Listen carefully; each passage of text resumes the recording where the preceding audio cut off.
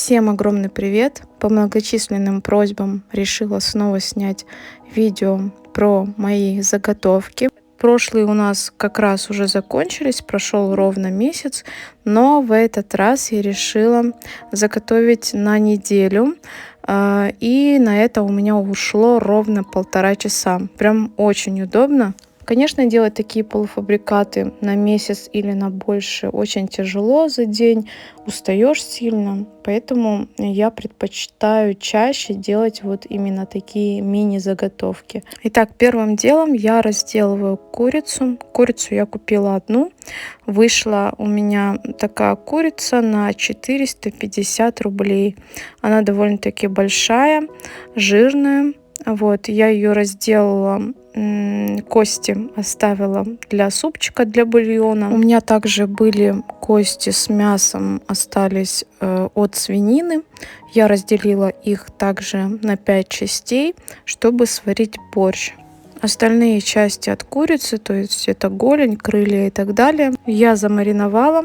Маринад у меня как в прошлый раз, то есть это паприка обязательно, сушеный чеснок, хотя был свежий, можно добавить свежий, соль, перец по вкусу и соевый соус. Обожаем соевый соус, часто добавляем его в маринад и отправляем это все в холодильник мариноваться примерно на часа 1,5-2.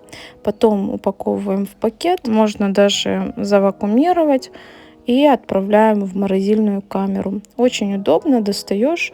Потом вот в духовке или можно на костре пожарить. Хотела еще делать заготовки из рыбы, но, к сожалению, не было в наличии в магазине в этот день, когда я ездила покупать мясо.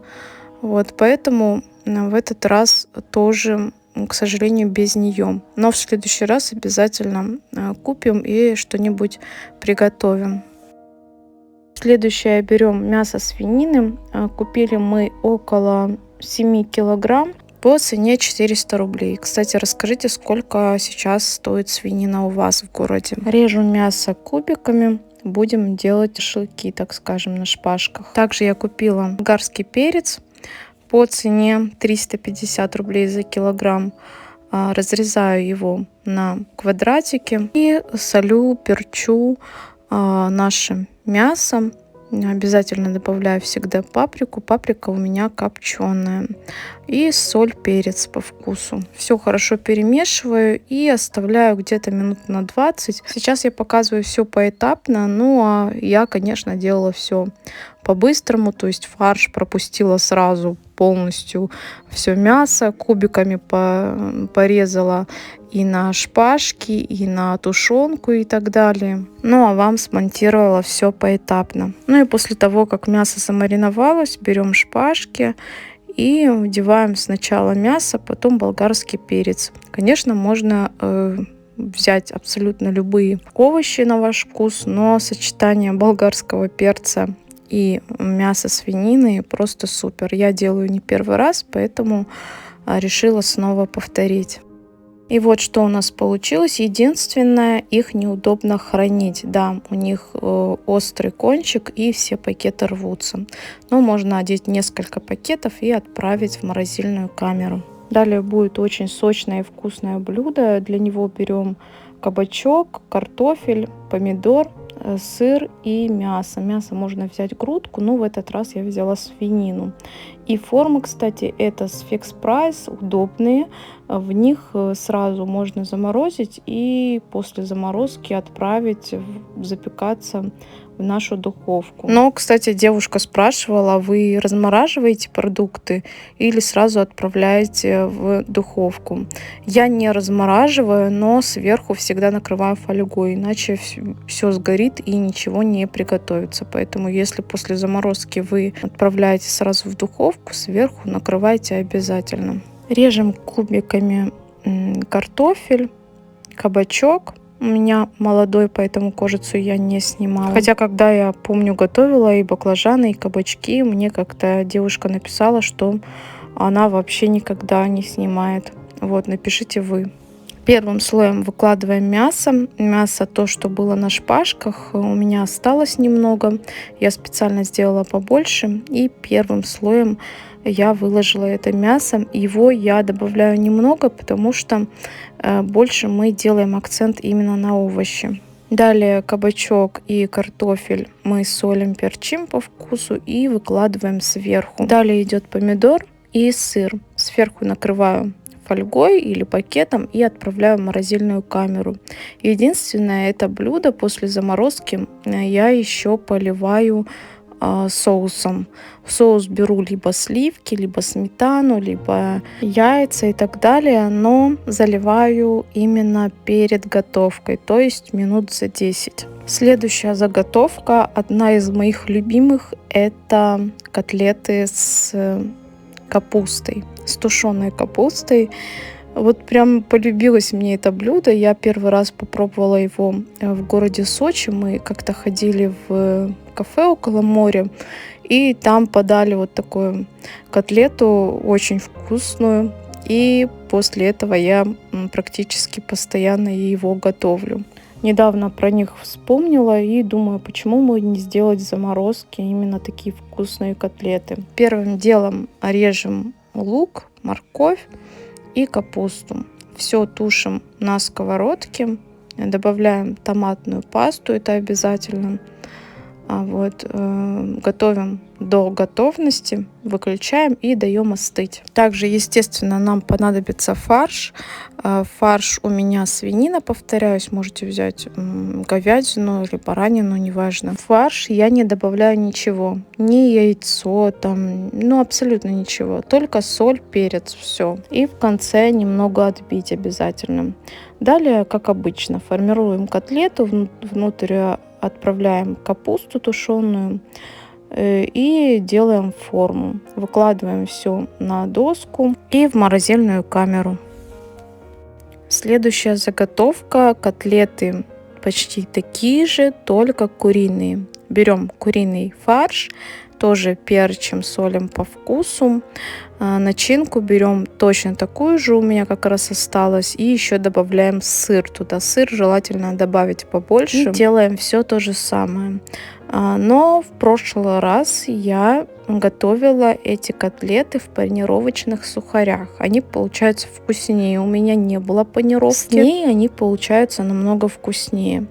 Можно также их заморозить в таком виде и после заморозки, то есть перед готовкой, их обвалять в яйце, потом в муке и в панировочных сухарях. Тоже получится очень вкусно.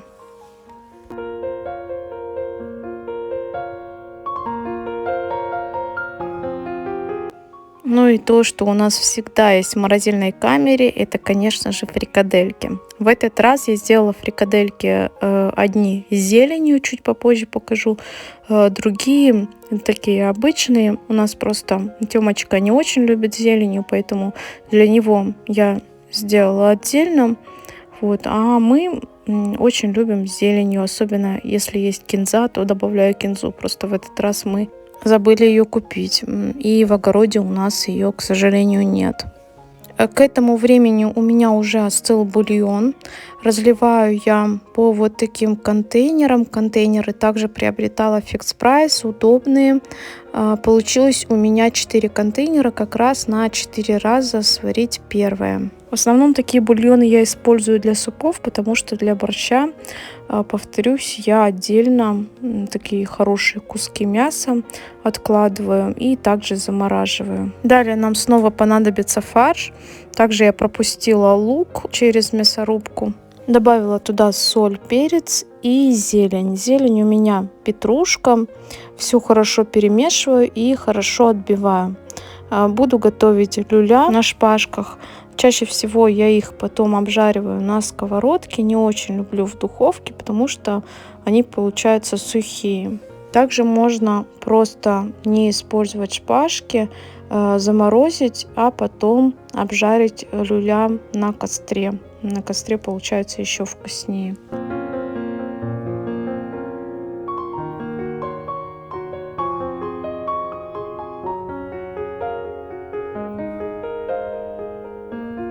И фарша я взяла побольше, чтобы сделать вот такие фрикадельки с зеленью. Их я добавляю в основном в суп со сливочным сыром. Федя обожает этот супчик, поэтому я готовлю его отдельно. Ну, потому что сыночек не любит, когда в супе есть зелень. Далее я решила приготовить ежики.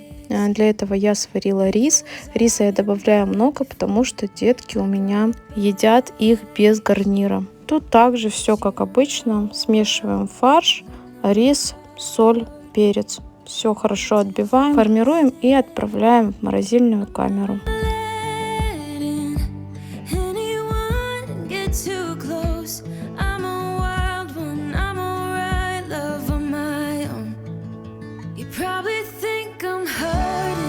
Сырники, как вы заметили, у меня в морозильнике есть всегда. Я не стала показывать рецепт, потому что я уже не раз их показывала, но в описании под видео обязательно его оставлю. Сырники я обычно делаю в такой форме. Очень красивые получаются. Сделала я в этот раз побольше, поэтому хватит нам на 3-4 завтрака точно. Также в этот день Федя с Тёмочкой захотели блинчики.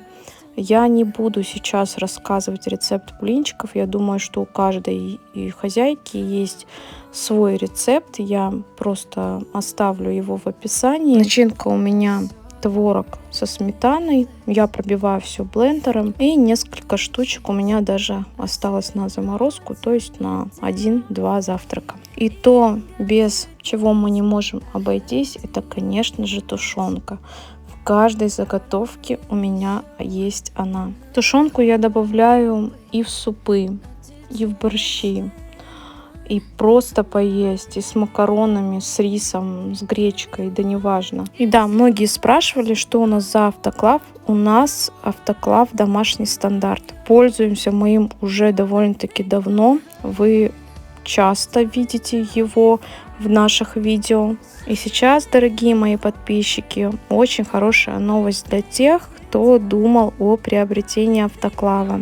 Теперь его можно приобрести с очень большой скидкой. Компания проводит акцию в честь Дня российского предпринимателя и снижает цены всего на 3 дня. Все подробности на сайте, ссылка, как всегда, в описании под видео. Скидка действует на абсолютно любой автоклав домашний стандарт, как классический, электрический, также закаточную машину для жестяных банок. И я обязательно оставлю ссылочки на видео, где мы подробно рассказываем о автоклаве и о закаточной машине. Ну а для заготовок берем мясо, в данном случае свинина, режем кубиками, солим, перчим по вкусу, я делаю это в чашке отдельно. Потом отправляем это все в жестяные банки или стеклянные. Также я добавляю 1 лавровый лист и перец горошком, там 2-3. Автоклав заливаем водой, всего 1 литр. Укладываем банки и отправляем на огонь. На 67 минут, температура 120 градусов. Ну и на этом все. Заготовки закончились. Я отправила все в морозильную камеру. На следующий день к обеду я решила отварить макароны. И Федя, как всегда, не выдержал, заранее открыл тушенку. Так, друзья, вот и настал этот прекрасный момент. Прошу прощения за мой голос. Вот, он потихоньку восстанавливается. Люблю я такие моменты, знаете, дегустации. Поэтому просьба, если дети сейчас смотрят это видео, убрать их от камеры телефона, потому что, возможно, неадекватная реакция. Друзья, открывашкой не пользуюсь, просто ножичком открываю. Кстати, по закаточной машинке, вот, если кто-то будет приобретать ее и банки, то есть банки вот эти, play-off или как там. Есть банки с открывашкой, да, вот как на консервных, видели там? Чеку раз, ну да, руками. Открыли и все, и хорошо. О, уже аромат пошел. Вообще я поставила макароны, я думала, что мы съедим его. Знаете, с Федором просто нужно делать заготовки не 6-7 банок, как я делаю, а банок 30. И вот сколько бы ни говорю, я говорю, делайте тушенку. Не только тушенку, каши, там, катайте супы, борщи, все что угодно на самом деле. Потому что это безумно вкусно, это безумно полезно, друзья. Это на самом деле, это просто бомба. Делайте заготовки, это удобно. Пришли, открыли. Посмотрите, как водичка. Ай, мама. Это же все сачок. Это не какая-то вода из-под крана, которую в магазинах вам, знаете, добавляют. Это все в собственном соку. Посмотрите на мяско. А? Нежное. Просто посолил, поперчил и готово. Не обязательно свининку. Можете говядину. Можете вместе совместить. Можете с индюка сделать. Кстати, индюка тоже, говорят, очень вкусная получается. Буду ложкой кушать, потому что вилкой мало берется. Нет, я хочу просто сачок этот взять, прям, знаете. Уф. Сейчас. Я просто боюсь чтобы мало ли что там. Язык не проглотить. В этот раз соль вообще прям идеально. Тут как в магазине, только 100 раз вкуснее. На самом деле. Ну, сравнивать даже незачем. Потому что это вы делаете сами, да? Поэтому экспериментируйте, смотрите, готовьте вот такую приятную, полезную тушенку с автоклавом. Один раз купили и все, и забыли на самом деле. Он кушать не просит. Там сталь, все помыли, убрали до хороших времен. Раз, собрались там, купили мяско, заготовились, бах-бах. Вот как Наталья делает, очень удобно, да? Тем более с такой сейчас скидкой это супер. Тем более, конечно же, такой скидкой, конечно же, не задумывайтесь, покупайте. Сейчас сезон, вы можете в нем все что угодно. Это не только мяско, друзья, там и джем, и варенье. И я вам говорю, вот такие будет. Вот мы обязательно тоже что-нибудь и приготовим в этом плане, потому что кто-то, возможно, чуток заблуждается, думая, что автоклав это только тушенка. Нет, на самом деле, друзья, это не только тушенка. Мне эфира не хватит все перечислить, что на нем можно готовить. Вот мы, если честно, еще хотим сделать рыбные консервы. Вот прям вот вообще хотим. Как-то я пробовал домашние, это вообще, это пушка, вообще, это бомба на самом деле. У нас самые положительные отзывы от автоклава нашего и от нашей машинки. Машинка на самом деле чудо чудная. Вот жестяная банка, да? Вот представьте, да, ничего и не будет, ничего. Хоть кидай, хоть швыряй, хоть почтой. Хранение. Кстати, вот не знаю, я еще раз повторю, что мне кажется, что именно в жестяной вкуснее почему-то. Ну, не знаю, вот такое мое мнение. Я ничего как бы тут сейчас не хочу нахваливать. Вы можете сами просто написать, да, ваше мнение, как вам по вкусу. Вот. Ну и готовится, конечно, все это быстрее. Закатать 2 секунды. Чик-чик-чик-чик. Я уже научился, знаете как. Раньше что-то боялся, сейчас вообще прям готовится на ура. Вот, поэтому готовьте с любовью, готовьте для своих родных и близких, потому что это здорово, вот, когда ваши близкие говорят спасибо большое за такую вкуснятину. Ну и давайте посмотрим, что у нас в итоге получилось. На самом деле заготовок здесь не на неделю, а намного больше. Вы все прекрасно знаете, что готовить я люблю и готовлю я много. И эти заготовки меня выручают в основном на ужин. Итак, контейнеры с бульоном получилось у меня 4 штуки. И как раз хватит мне сварить 4 раза куриный супчик. Далее сырники. Получился целый пакет. Еще штук 6, наверное, у меня есть в морозильнике. Поэтому хватит, в принципе, надолго. Блинчики сладкие с творогом на 1-2 завтрака. Далее котлеты с капустой, наши любимые. Надо это все, конечно, подписать. Я еще не успела это сделать. Далее ежики. Их получилось немало. И также кусочками порезала свинину. Их мы любим жарить с луком. Получилось на 2 раза. Либо можно потушить с картофелем и с овощами. Куриные котлеты с капустой и с сыром на 1 раз. Мясо с овощами. Сверху я буду накрывать фольгой либо пакетом. Может быть, потом завакуумирую, посмотрим. Шашлыки и люля я буду хранить в пакете. Конечно, это совсем неудобно. Расскажите, как храните вы эти заготовки, если вы их делаете. Далее идет мясо для борща, про которое я вам говорила. Хватит на 4 раза сварить. Курица маринованная и фарш в 2 пакетах. Очень удобно хранить пластами и быстро размораживаются. И в этот день я сварила грибной супчик. У меня остались грибы. Я завакуумировала вот так вот. И в дальнейшем будет удобно просто достать, разморозить и сварить грибной суп. Фрикадельки разложила в 2 пакетах. Одни с зеленью, одни без. И последнее это тушенка. Вот, осталось 6 баночек. 1 как видели, мы уже съели. Я еще раз советую приобрести вам автоклав, потому что это очень вкусно. И чувствую я, эти баночки быстро у нас закончатся. Вот и все, это вся заготовка. Расскажите, пожалуйста, что заготавливаете в морозилку вы. Будет интересно почитать. Потратила я совсем мало времени, не устала совсем, а сколько всего получилось. Зато теперь я спокойна. Мало ли куда-нибудь нужно будет уехать, приедешь в обед голодный, раз достаешь что-нибудь из заготовок, отправляешь в духовку, минут 30 и блюдо готово. Ну а на этом видео подошло к концу. Спасибо огромное всем, кто досмотрел его до конца. А если видео было интересным, обязательно оставляйте комментарий. И не забудьте подписаться на канал. Всем пока-пока.